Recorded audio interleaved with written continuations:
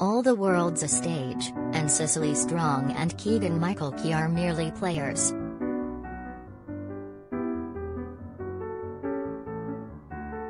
That's essentially the premise behind Apple TV Plus's new musical comedy Schmigadoon, a magical fantasy set in a town in which people break into song to get their emotions out. Produced by Lorne Michaels, streaming Fridays, out of 4, Schmigadoon is a fun romp of mid-century musical tropes, an obvious metaphor for the work that goes into a successful relationship and a showcase for Strong as a leading lady that has eluded her on Saturday Night Live.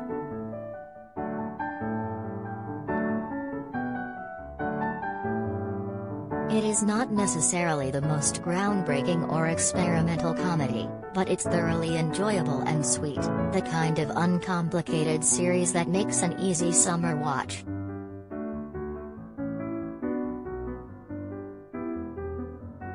In Schmigadoon, Melissa, Strong, and Josh, Key, are two doctors facing a rut in their long relationship.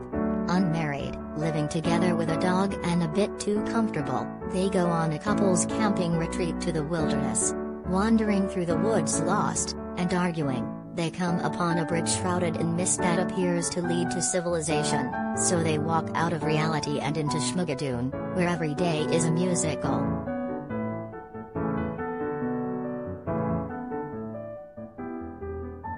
The musical accompaniment comes from everywhere. The women are pretty, the men are manly, and it's sunny from July till June. In addition to spontaneously bursting into song, in the style of The Music Man, the town's residents, including Broadway ready, actors Kristen Chenoweth, Alan Cumming, Aaron Tveit, Fred Armisen, Dove Cameron, Ariana DeBose, Jane Krakowski and Jamie Camille, are stuck in 1940s and 50s values and traditions.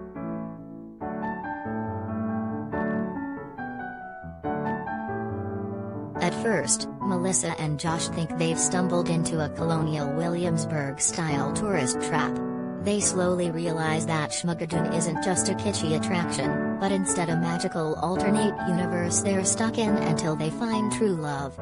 Things only get worse when it appears that the love they do share isn't quite true enough to get them a ticket out of town.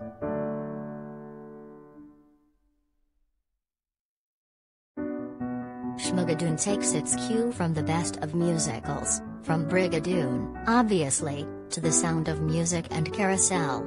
The writers are half poking fun at the inherent contradictions and silliness of these stories, and half reverently recreating them. It's clear that creators Cinco Paul and Ken Dorio are both well-versed in musical history and respectful of the tradition.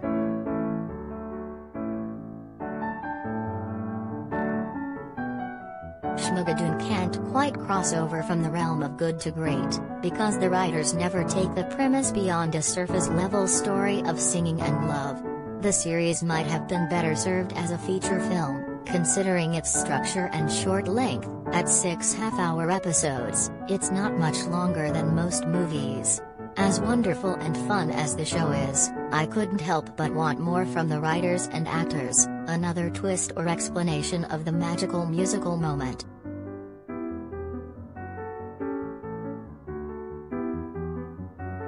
The 10 best new TV shows to watch this summer. Schmigadoon. To Steve Martin.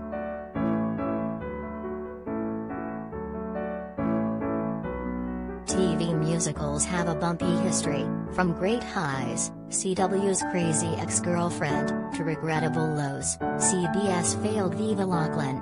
Schmigadoon certainly lands on the higher end of the spectrum, given points not just for the quality of its performances but for its original music.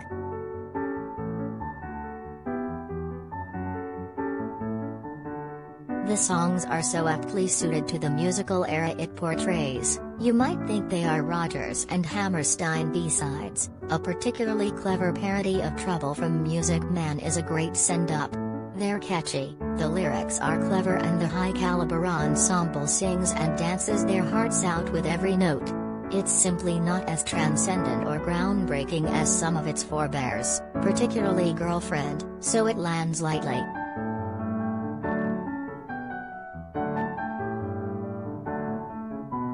But if you enjoy musicals, and even if you don't, Terry's an inherent watchability to Schmigadoon that helps overcome some of its flaws. And don't worry, you won't get stuck there for 100 years, or until you find true love.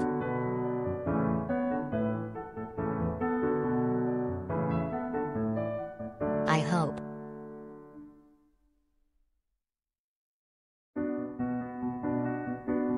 Emmys 2021 snubs, Girls 5 Eva, Nicole Kidman, Ethan Hawke and more.